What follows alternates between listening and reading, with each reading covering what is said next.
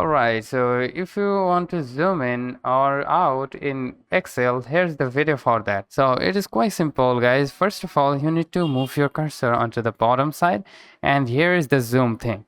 So if you select on these option, as you can see, there are different types of option for magnification.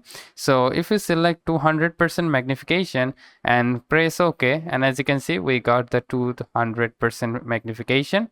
And also if you wanna select or make it custom, you can do it from here. So just select the custom and make it like 300 like that, and simply go with OK. But if you want to make it like manual, then you can go through it. Like here is the manual bar. You can either drag it to the left to zoom out, and for the zoom in part you need to drag it to the right side like this.